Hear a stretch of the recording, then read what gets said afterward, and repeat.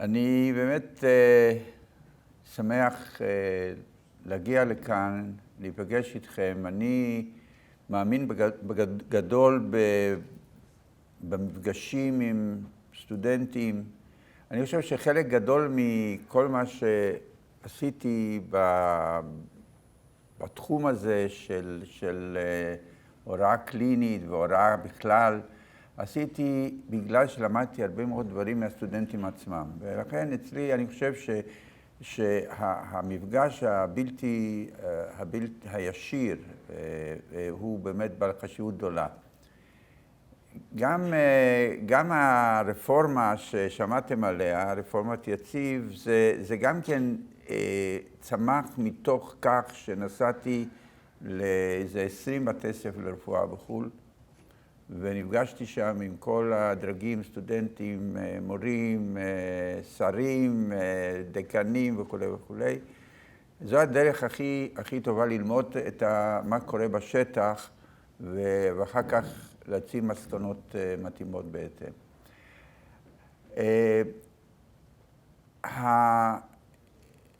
המקום הזה בנצרת, הוא נבחר כאחד משני המרכזים החשובים ביותר להוראה. וההכנה, לקורס הכנה לקראת בחינת רישוי. עכשיו, אני מוכרח לומר שאני לא כל כך אוהב את הסיומת הזאת לקראת בחינת רישוי, כי אני מאמין שההוראה והלימוד, בעיקר עם התוספת הקלינית, היא לא רק כדי לעבור את הבחינה.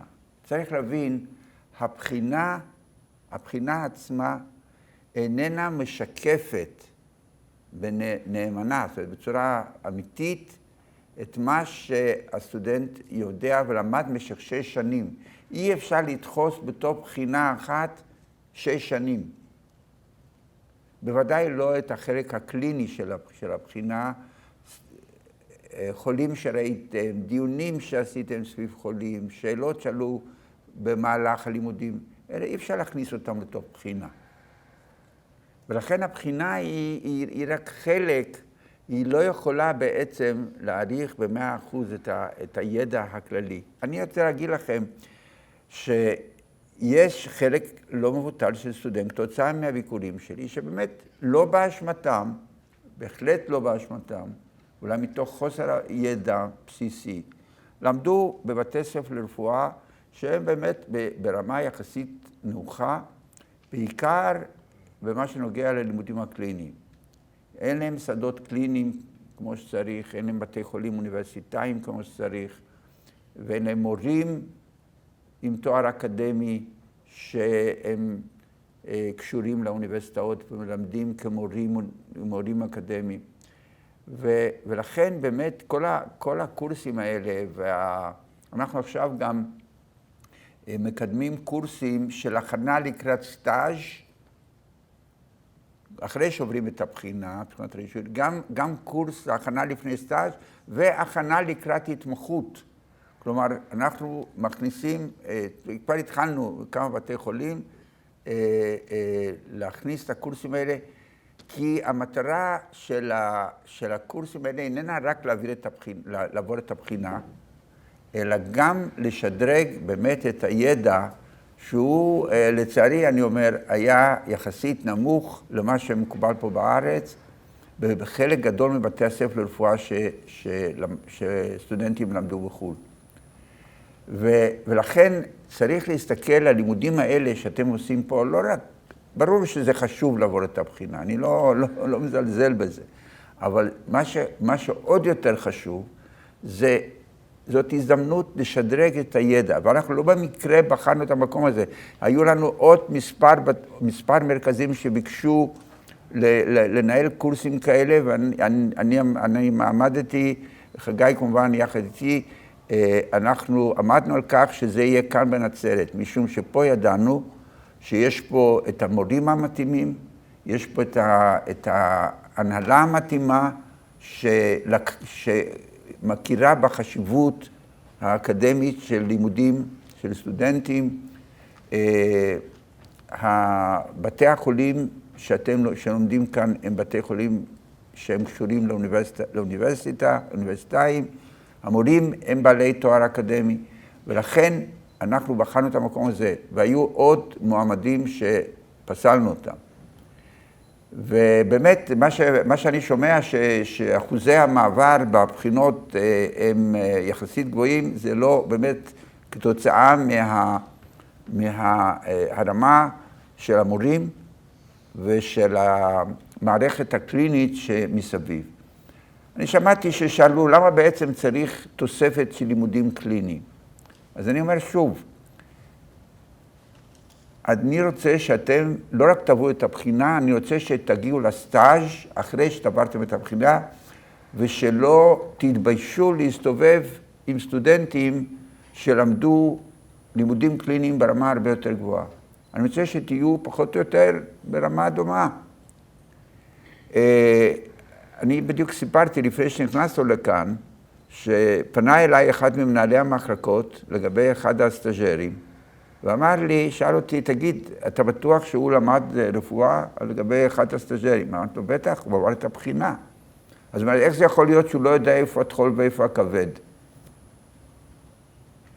כדי שתבינו על מה אני מדבר כשאני מדבר על לימודים קליניים. אז שוב פעם, אני חושב שאתם כסטודנטים צריכים, נכון, לעבור את הבחינה ולעשות כל מאמץ, ולכן אתם גם מקבלים את הבונוס וכו', אבל אתם צריכים לחפש כל הזדמנות שנקראת בדרככם, לשדרג את עצמכם, להיות בעתיד רופאים יותר טובים, ושתוכלו גם להתקבל להתמחות. עכשיו, גם הקורסים האלה שאנחנו רוצים לעשות לקראת התמחות, זה כדי להקל עליכם שתוכלו ביתר קלות להתקבל להתמחות בבתי חולים טובים בישראל. אז תסתכלו באמת על הקורס הזה כאיזשהו שדרוג שאתם מקבלים, והבונוס של השדרוג הזה זה שאתם עוברים יותר בקלות את הבחינה. ולא שזה נוצר כדי לתת לכם בונוס, וכדי שבבונוס תוכלו לעבור את הבחינה. זו לא המטרה של הקורס. אז באמת, אני חושב שאתם צריכים, ובאמת, מבחינת הרמה שלכם, והיכולת שלכם היא לא שונה מכל סטודנט אחר. רק פשוט הנסיבות של הלימודים וכו' היו בדרגה יותר נמוכה. לכן אתם צריכים לחפש כל הזדמנות לשדרוג, ללמוד, כל דבר שאפשר ללמוד חדש, ללכת וללמוד. וככה באמת תצליחו.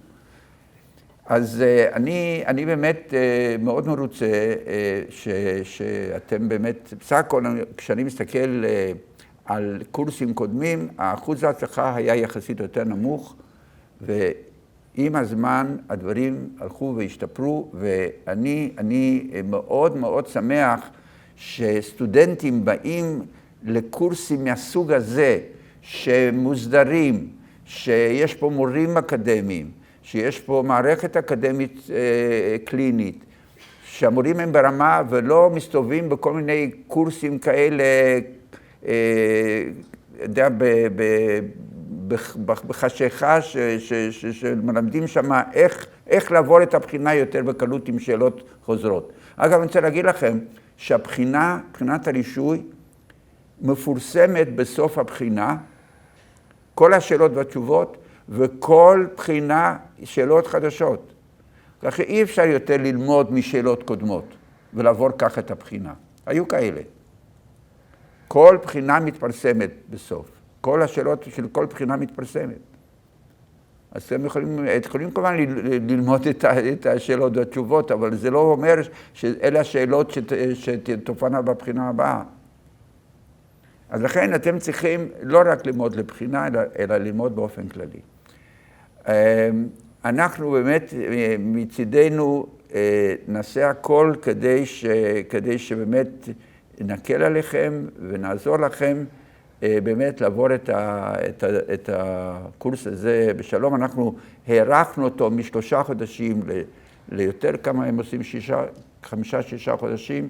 לפעמים יש אילוצים בגלל שינויי התאריכים של הבחינות, אבל בסך הכל הערכנו אותו כדי להכניס גם איזשהו קטע קליני, אגב, תבינו שהבחינה הקלינית תהיה בחינה קלינית, אני עדיין, זה תלוי בכל מיני דברים משפטיים שצריך לפתור אותם, בצורה זו או אחרת. אבל שוב פעם, זה גם מכין אתכם לקראת הסטאז'. וזה חשוב מאוד שתשתתפו בצורה פעילה בכל הלימודים הקליניים האלה. כי בסופו של דבר, מה שחשוב לחולה, זה איך אתה קלינאי טוב או לא קלינאי טוב. אם אתה יודע כימיה או ביוכימיה וכו', זה חשוב להבנה של מנגנוני פעולה וזה, אבל מה שחשוב לחולה, זה שאתה תבדוק אותו כמו שצריך, תיקח אנמנזה כמו שצריך, תחשוב על ההבחנה מבדלת כמו שצריך, ותהיה מסוגל להגיע לפתרון הנכון מבחינה טיפולית.